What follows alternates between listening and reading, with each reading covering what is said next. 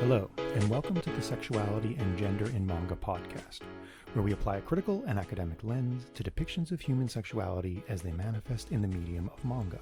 I am Dr. J. Andrew DeMann, an associate professor of teaching at St. Jerome's University and an Eisner Award-winning comic scholar who studies and teaches manga at the university. I am joined by my partner on this pod and in life, who is Ren. Ren holds a degree in psychology from the University of Waterloo with a minor in sexuality, marriage, and family studies. She also volunteers with the Sexual Assault Support Center in the field of crisis intervention. Thank you. Goblin Slayer is a 2016 adaptation of a light novel series of the same name by Noboru Kanatsuki, with Kosuke Kurose handling the manga adaptation for Monthly Big Gongon magazine. The series has spawned an anime adaptation, a movie, and even a video game, which I'm scared to know. The series has been banned in Australia for promoting child pornography and in general has been met with a whole lot of controversy, all of which we'll discuss today as we go along.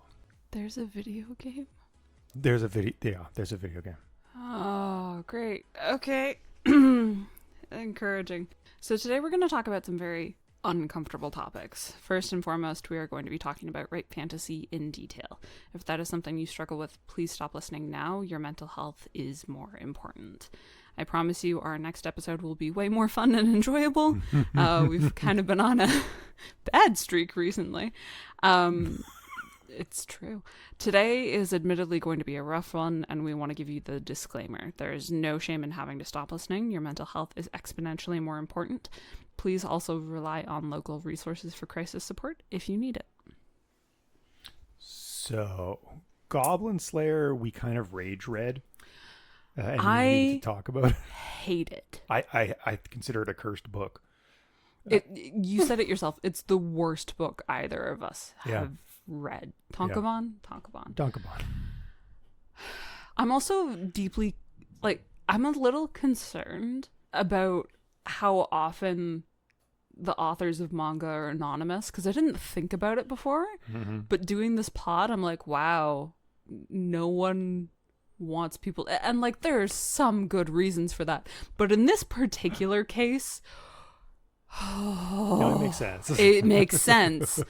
So for those of you who have not read Goblin Slayer, which I hope is all of you, it's a disgusting rape fantasy beginning to end.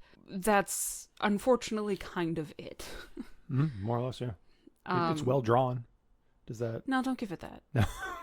I'm not... I refuse. I refuse. So today, we're going to do a couple of different things. I have a very long-winded psychological explanation to go into here, bringing in my psychology background, and then Andrew is going to pipe in occasionally, but it is going to be a lot of me talking just today. Just occasionally. Okay. Yeah, I mean, you can talk.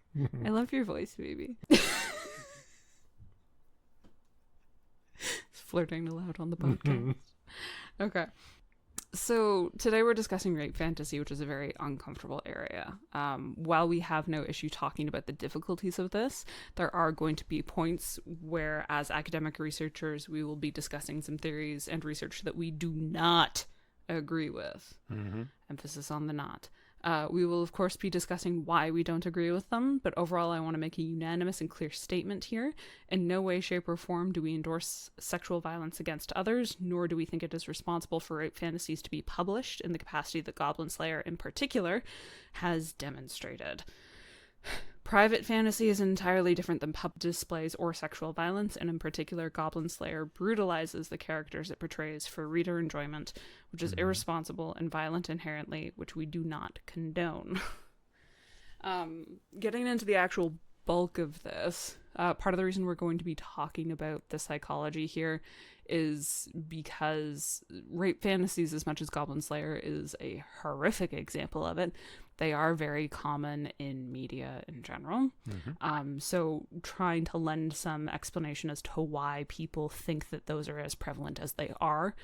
Generally speaking here, I want to be clear as well, the psychology is not good on this for a couple of different reasons that I do not love. Primarily, when we talk about rape fantasies, very frequently it is viewed through women's research and women's studies and into why women have rape fantasies, which I find to be a disgusting gender bias because women en masse are not actually committing rape. So I would hope instead we would be researching the people who are and the fantasies that they have around that. Regardless, it is deeply not uncommon for people to have rape fantasies. There are estimates putting it at about 31 to 57% of women reporting experiencing rape fantasies, and approximately 22 to 54% of men reporting the same. Of note, these are likely inaccurate statistics because rape fantasies are taboo and socially unacceptable, so individuals are likely failing to report accurately. Some studies claim that more women are likely to have rape fantasies than men are. I find this severely unlikely, specifically for the reason that when men fantasize about rape, it is often with them as the perpetrator, which is demonstrated in the research, which is far more taboo than having fantasies about being raped as a potential victim. I do want to be clear here, though, women are capable of fantasizing about committing acts of rape and violence in general, which is also likely underreported because of social stigma, and men are more than capable of having fantasies about being raped, which is actually also discussed in the literature. It's closer to like 10%. Overall, people are definitely having fantasies about rape, and it is not uncommon to experience them. We're going to talk about why people might have those fantasies. To be clear, a fantasy is generally defined as a normal psychological context where people have a desire that they cannot meet in real life, and we often conceptualize it as wish fulfillment. I want to be also super clear here. I do not think wish fulfillment is what is happening with rape fantasies, but essentially the idea that we are trying to intentionally imagine scenarios for ourselves to meet unmet desires in our real life. So if you fantasize about having a better job, relatable. Going over here. So the theories here are bad. They're bad, Andrew. I don't think any of them are particularly great. And I say that as someone who has a background in critical research. So we're primarily pulling from a 2008 review article of the current research, by the way, done by Critelli and Bivona. There have definitely been advancements in the research, but from my recent experience in psychology as a bachelor student, these theories still hold eminent domain, and a lot of them are bullshit. First of all, people basically suspect that there's masochism at play, which in theory could be a thing, but basically this theory is positing that women enjoy the idea of pain and the fantasy of it, specifically when it comes to sexual violence. While masochism is definitely something women are capable of, especially in a BDSM context, it's important here to note that this theory is unfounded for a few different reasons. Primarily, the fantasies women tend to have about rape are minimal in discomfort or actual pain in comparison to actual sexual assault, and women in general are repulsed and disgusted by the idea of rape in real life, which, yeah, no duh. I think the way the theory is presented in psychology is also ignoring the concept of power dynamics and exchange of power, which can be a form of masochism in itself, depending on how we're defining it. Ultimately, though, the general takeaway here is that women aren't fantasizing about the pain aspect of rape. Do you have any input here? No, as the comics guy, I'm ready to jump in when we're ready to apply it to Goblin Slayer. Yeah, This fair. feels like a sit and listen portion of my That's contribution fair. to the pod. Next in the lineup of stupidity, we have the sexual blame avoidance theory, or the reduction of sexual guilt theory. Basically, this theory suggests that women are often sexually repressed in society, and that in order to engage in sexual desire, they have to have an external third party to blame mentally in order to achieve gratification. Can I throw one in? Yeah. Bram Stoker's Dracula. Are you going to elaborate on that, or are you just going to... No. Okay, great. The idea that it's not your fault for being sexual if you're being forced to engage in the act is the kind of idea. I think there are a few obvious holes in this theory. One, that rape fantasy and engaging in it is entirely voluntary. Even if someone were to feel very sexually repressed, I would argue that engaging in fantasy involving violence is potentially much harder to justify cognitively. Another hole in this is that there are men who have rape fantasies as well, and they sure as shit aren't encouraged to repress sexual desires, so what the hell?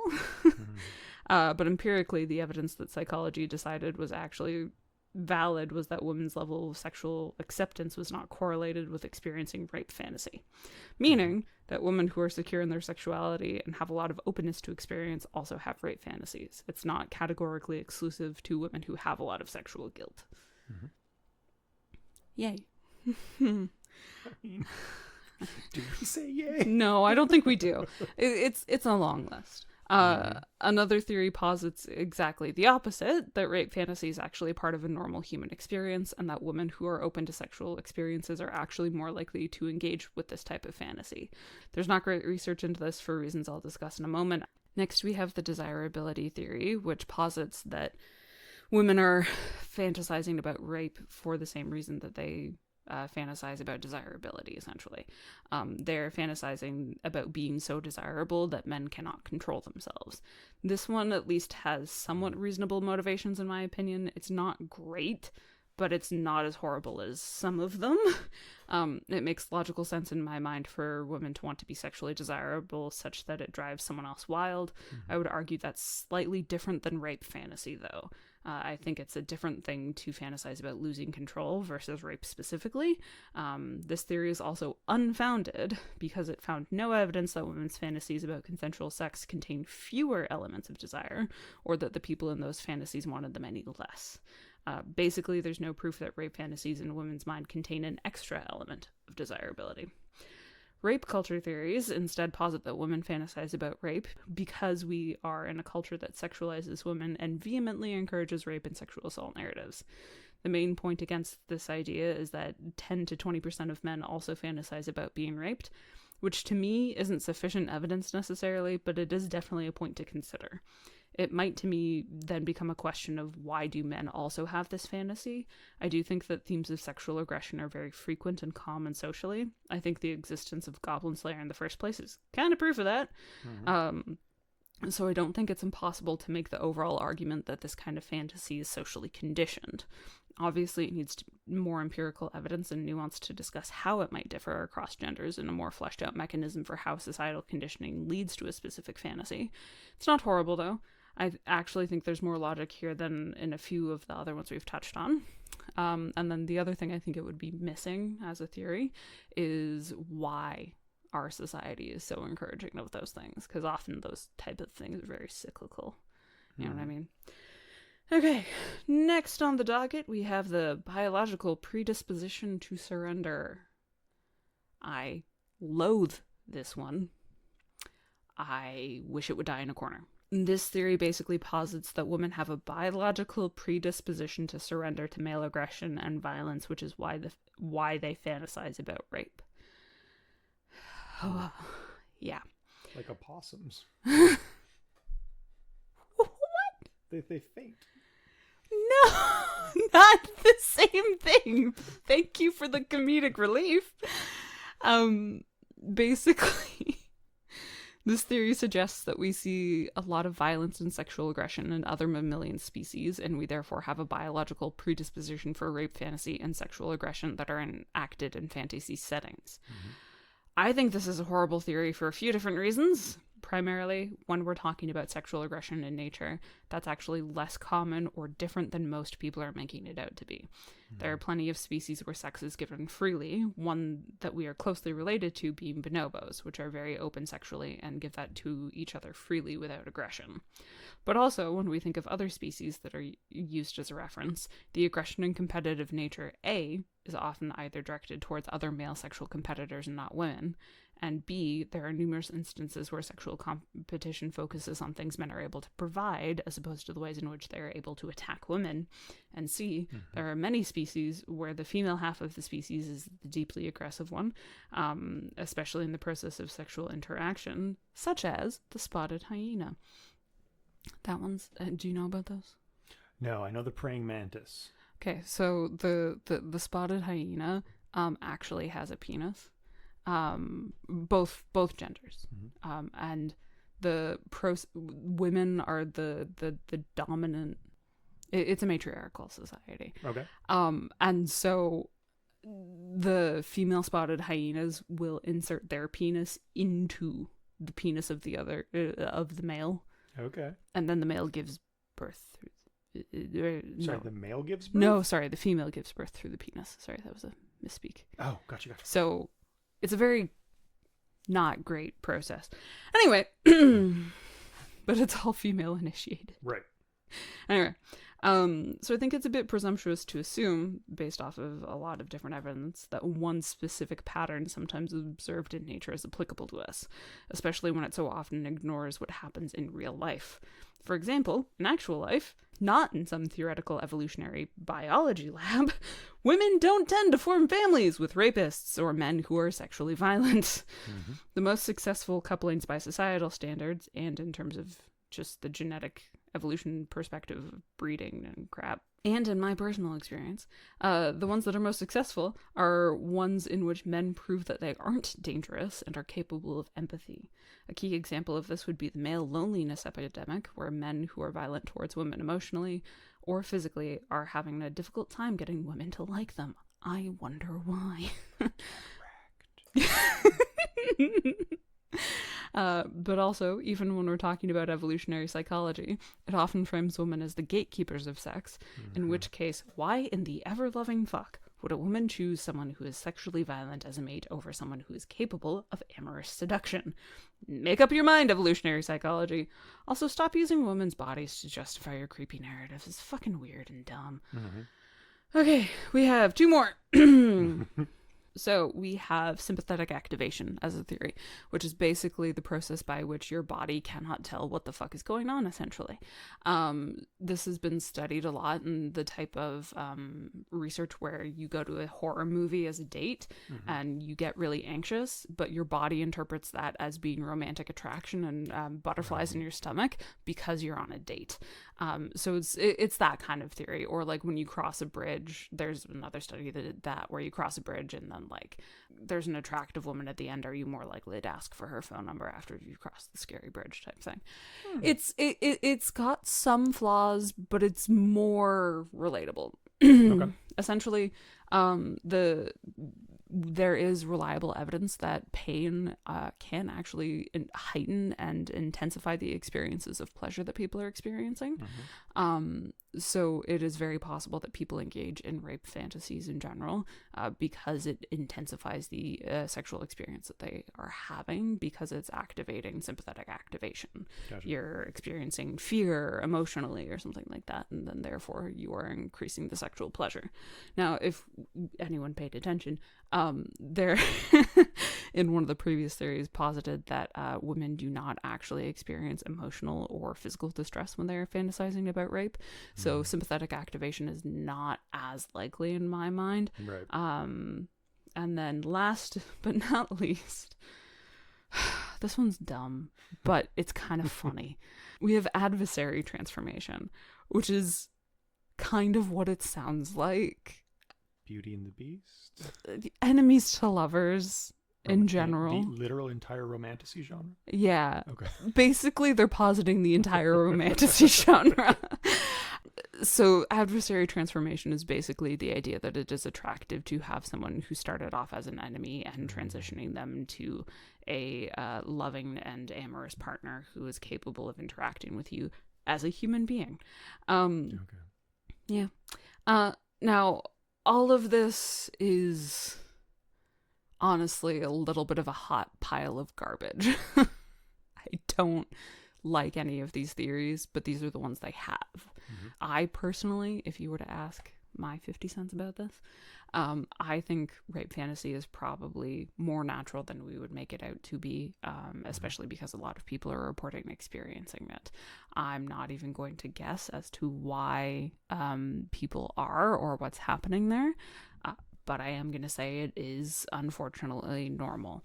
Now, I am also going to posit that, like, the thing that's important here and important to distinguish is that there is a big fucking difference between having a fantasy about something and an even larger one between actually committing something in real life. Fantasizing is entirely okay. You're not hurting anyone if you are just having an image in your head. You are very much hurting someone if you then allow those things to become real and enact them on other people. Mm-hmm. So I personally, if anyone out there is a researcher in psychology who studies these things, do better. Mm-hmm. What the fuck? I think this field lacks what I'm going to call a female presence, but also I would encourage people to... You can't tell me I'm wrong. But I would also encourage people to consider the implications that their research has. For example, the biological theory that we discussed briefly. If you are saying that that is real and valid, you are essentially saying that women want to be raped. Mm-hmm. So go fuck yourself. Mm-hmm. Respectfully. Actually, no, disrespectfully. Disrespectfully go fuck yourself. No, I'm serious. If you are going to publish research that basically says that women want secretly to be raped, you are a horrible person. Because you're wrong. No shit, we don't want to be raped. That's all the data. But then also, you're giving men permission to do it. Right. Implicitly. Okay, so that's my spiel. That's good. That's my TED Talk. So we bring this to Demon Slayer, and the question becomes... Demon Slayer? Did I say Demon? Don't bring it to Demon Slayer. Don't bring it to Demon Slayer. Tanjiro is best boy. Goblin Slayer. We bring this to Goblin Slayer. The first obvious question would be, if rape fantasy is a thing, why is it wrong for Goblin Slayer to portray it? Because it's public. Mm-hmm. I personally... And there are people with mixed opinions about this. Yeah. There is an argument and a movement in Japan to basically say, for the same reasons that I think fantasy is okay, that it is okay for those things to be published. Right. I disagree. I think in all likelihood the societal theory we talked about does have a huge piece to play into why rape fantasy is so eminent, but also in terms of why it's so readily acceptable. And like I do think it leads to potential instances of rape in other individuals. So basically, if you're fantasizing about something, totally fine.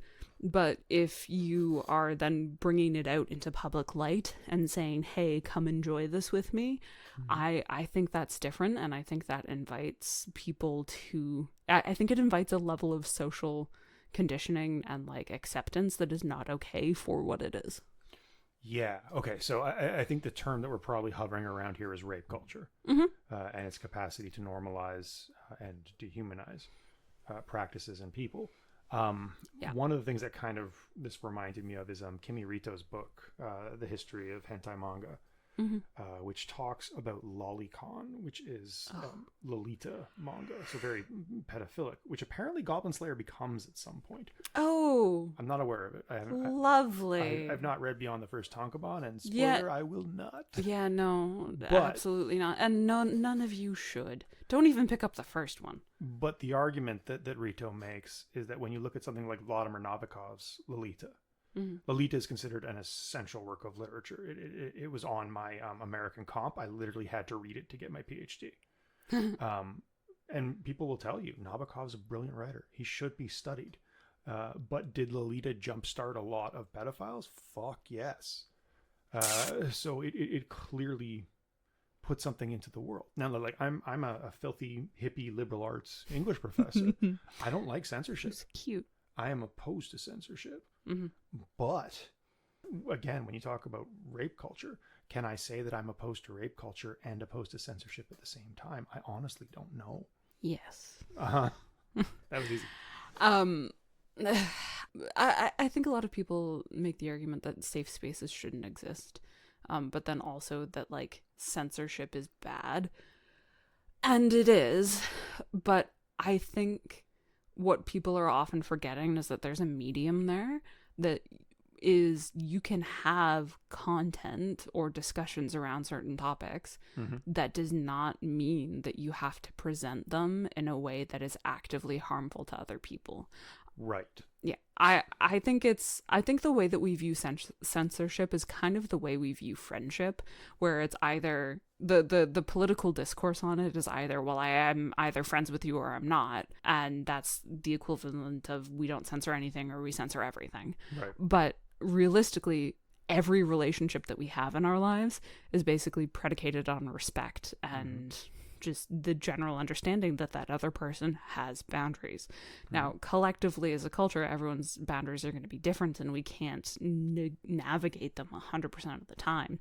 I don't think it's realistic for any one person to walk around the world and expect to not get triggered ever. Right. However, what Goblin Slayer is doing is disgusting, and it is something that is almost universally offensive and crossing boundaries. And the people who it's not crossing boundaries for, I'm concerned for them. You know, I think that's the difference between having the awareness that like that topic exists and creating content that actively encourages it. We don't have to be encouraging something in order to have conversations about it. Yeah, I think an easy way to frame this around Goblin Slayer would be, is Goblin Slayer a complex meditation on the psychological impacts of sexual assault? No. Is it instead this horrifying fantasy construct in which the reader is invited to view sexual assault as an exotic and erotic spectacle, in which they get to live this power fantasy of being this emotionless, stoic, faceless knight who gets to slaughter the rapist? But at the same time, the book kind of makes the reader have the viewpoint of the sexual assaults. I was so ready to just say a unanimous yes at the end of that, and you made it more complicated. That's literally my job. I know. I do think that is... I think it's a self-righteous piece of garbage, quite frankly. Sorry, me or no, Goblin not you, Slayer, Goblin Slayer. or... I love you, Okay. even when you're a little self-righteous. No. Even then, It's definitely getting off on the rape fantasy that it's perpetuating, 100%. which is problematic. So, for example, like there are entire panels that show very vividly the pain that women are experiencing in response to this hypersexualization from the goblins, which are the rapists here. But then also it is very vividly showing or implying exactly what is happening. There's a scene where it basically implies that they are fisting one of the female protagonists. There's another one where it very vividly shows her getting stabbed through the chest and then groped. Yep. So the mingling of the sex and violence is equally problematic. Yes, especially because of how brutal it is, and especially because it is getting off on the pain that the women are experiencing as well. Like, I don't think there's a single image that is showing the woman naked where that woman isn't in deep either emotional or physical pain. Yeah, I think I had mentioned at the start, it was sort of a non-starter, Goblin Slayer is well illustrated. Go fuck yourself. No. Hear me out. I think this would be a pretty good example of where the illustrator might actually be talented to a negative purpose. Like, I think a lot of what makes me uncomfortable with Goblin Slayer is the way that the imagery is presented and the emotionality of it. Like, I think it's enhancing that rape fantasy to a degree that I don't think the light novel could achieve on its own. And my first thought was, I should go read the light novel. And then I'm like, no, I'm not going to do that. I've had enough of Goblin Slayer. Even if it is well drawn, which I refuse to comment on. But, like, Nabokov is a good writer, but Lolita is a book that maybe shouldn't exist. I don't even care. You're making an argument to a person who doesn't give a shit. Good luck. Here's the thing. Even if it was worse in terms of the animation quality or the design or the drawing, it is still framing every single aspect of it in a way that is brutal and that is getting off on the pain. I don't disagree. Yes, I think that's what the visual's trying to do. Well, I agree, but illustration is definitely enhancing it. I will agree with you on that point. But I don't think it would be responsible even if the illustration was worse. Oh, I completely agree with it. Yeah. I'm just saying that this is a really interesting example of how the story itself isn't necessarily on its own perpetuating the rape fantasy. The imagery is doing something too. Mm-hmm. And if we're going to talk about the sort of multimodal aspects of manga, no, absolutely, we should speak to that a little bit. In my eyes. Especially the framing of it, like there are pages where women's bodies are like the whole page, and then everything else is happening around them in separate smaller panels, which is gross. And then like the close-ups of breasts, especially, those are very frequent and often, and like the back breaking poses as well. But then every single time that we're seeing nudity, it is also very violent, with physical harm coming to those people 100% of the time, and psychological distress.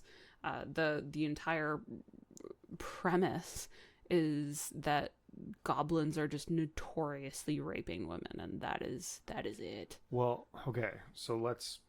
And the hero, yeah, but he's... go ahead. No, I'd actually like to dig down in the goblins and make that a little bit worse, because great, cool. The idea of an entire species being represented as these rape monsters, we have a lot of traditions of that in media representations of specific racial groups. Ooh, true. Yes. Arguably even now, with some of the rhetoric that we're seeing coming out of the United States about the bad hombres, as Trump has called them. Yeah. I don't know, man. Like Goblin Slayer's doing things that I find very dubious in that regard as well. Yes. I wholeheartedly agree. There is no doubt in my mind in general that, like, whether it's intentional or not, there are a lot of narratives, and lots of them are intentional, where people of color are portrayed as violent rapists, or just violent in general, in ways that are deeply uncomfortable. And the goblins are kind of doing the same thing. Hey, do you like the Lord of the Rings movies? Oh, I do, but I feel like you're going to ruin... why the Uruk-hai have dreadlocks and war paint? I have. It's not good. No. No, also, I don't think there's a single black actor there who's on the good side, the quote-unquote good side. I'm just saying, maybe Sauron was right. Maybe Sauron was right. Maybe Sauron made some valid points. He did. He made the points that, entire species should be able to exist. Yeah. Except for trees. Except for trees. Slow-moving dicks. Fuck the trees. Can't keep up, you're dead. Yeah, regardless, circling back to Goblin Slayer, it's just bad. And we got to talk about the hero too, because it is the most self-righteous shit ever. Yeah. To have like a name. Do they give him a name in the first Tankobon? His name is Goblin Slayer. His name is Goblin Slayer. Yeah, okay. So they put this entirely self-inserted character in to be the antithetical rapist, but like, he's kind of a piece of shit on multiple fronts. One, super willing to just murder children, and they are goblin children, but they're children. They're children, and he goes on multiple like killing spree thoughts in his mind of like, what's the best way to kill goblins? How can I light them on fire and make them suffer? All because when he was a kid, he watched goblins raid his village and they raped and killed everyone. But like, he doesn't actually care. No, it's true. He does not give a fuck about any of the women. Even the other female lead protagonist, he saves her, yes, but he doesn't save her, actually. He's only killing the goblins. He doesn't give a shit about her emotional experience, other than a brief "are you okay" and a healing potion. He doesn't care. He's so ready to just fucking abandon her there, or to have her set out right to the entrance and to never see her again. If you do not care about the victims, you are also perpetuating the problem. Yeah, I think that's fair. So a rape culture is a culture that tacitly and openly endorses sexual violence. I kind of want to say against women is pretty fair, though theoretically it doesn't have to be, but like... But when is it ever not? Yeah, any rape culture we talk about. Well, actually, maybe that's not true. I would argue that you can see smaller rape cultures, like say male-on-male sexual violence in prison. That's completely valid. The whole drop the soap concept. Yeah, that's a rape culture. Yeah, it's a rape culture. Anyway, so the theory is that our media landscape exists in a current state of rape culture. This is arguably the hallmark sort of thesis of third wave feminism. Yeah. Depending on your perspective. Intersectionality is big too, but I would say rape culture is the main object, at least. Please, go ahead. I think intersectionality is the bigger one right now, Okay. but the concept of rape culture is also very huge. Fair. So I don't know. Yeah, I mean, you have a lot of cultural manifestations of narratives that endorse. Again, sometimes subtly, sometimes in Goblin Slayer's case, not subtly. Very explicitly. Sexual violence against women being okay, or being okay as a commodity consumed in exchange for money, which is what's happening with Goblin Slayer. That's what you're buying, man. Yep, you are buying the lovely, lovely, lovely, so great opportunity to watch women suffer. Yeah, and to perceive yourself as this noble, heroic creature who goes in and saves them from that. Yeah, but he's not even noble. He's a piece of shit. But again, even if we read him as noble, and I'm going to read him as trying to be noble in the eyes of the author. No. No, go ahead. The author thinks I'm he's listening. Noble. Oh, the author thinks he's great, but I hate him. That's fair. But even if we allow the author's intent there, again, the problem is if you're seeing yourself as this hero for fighting the goblins and all that kind of stuff, you're also seeing those sex scenes or sexual violence scenes, to be clear, not sex scenes. No, they kind of are sex scenes. I think that's kind of the rape culture, that element there. Okay. The intent is consensual sex scenes. Yeah, okay. Rape scenes. Okay. They're meant to be sexually enjoyed. Absolutely. This is my entire point. As a reader of Goblin Slayer, you are embodying a hero who is anti-goblin, anti-sexual violence, protects women. But as the reader of Goblin Slayer, you're also embodying the goblin's perspective in having these sexual desires for the depicted female characters. And that is an open contradiction. That is a counter discourse. That is a narrative that is trying to provide this sketchy sexual fantasy to a reader whilst alleviating their sense of guilt. And that's what I would argue the character of Goblin Slayer is. Mm-hmm. You didn't want this. You wouldn't do this. You identify with the hero. But at the same time, again, you are made to see this horrible sexual violence as the reader, and that I'm going to go ahead and guarantee is part of the appeal of that narrative to people consuming it. The other thing I really hate about it, it is very much framed in this weird narrative where all of the women around this man are a little bit obsessed with him and a little attracted to him sexually. Yeah. And he's a protector of women. I think that inherently fucking is so disingenuous. Yep. Because anyone who actually wanted to address rape issues, like, you're not there to get laid. No. But he kind of is. Not necessarily in the fact that he actually accepts any of these offers, but like writing women as like people who are incapable of protecting themselves, which it does very frequently. Like every single party of female individuals or adventurers are routinely slaughtered, except for this one girl who's perpetually protected by the Goblin Slayer. Mm-hmm. Like it's like you're framing women as people who can't protect themselves, who need someone to save them, and then in response to being saved from rape, congratulations, spread your fucking legs anyway. Can I make another pop culture comparison? Yeah. Hey, do you like the Super Mario Brothers games? No, not anymore. Bowser abducting Peach. Yeah. That's a clear trajectory towards sexual violence. And Mario is the one who frees her from that. And of course, she gives herself to him as a trophy for that. And cake. Most Don't forget the cake. Superhero narratives. Superman, Batman, Spy, like go right down the list. If you get saved by a male hero, you have to put out. That's the rule. Which is so gross and disgusting that we do that, because like, no, I've like in real life we don't go, hey, this doctor saved my life, I'm gonna sleep with him now. You know what I mean? like that's just not real. It's not realistic. No. Well, anyway. Hope you suffered with us. Do you have any takeaways from Goblin Slayer? My takeaway is that the author of this will never win my approval for anything in their lives ever again. Fair. Sucks. My takeaway is we've gone to the furthest extreme. Yeah, let's backpedal, please, severely. This was awful. Yeah. So what are we doing next as a palate cleanser? We are going to be discussing Romantic Killer next time, which is my personal favorite.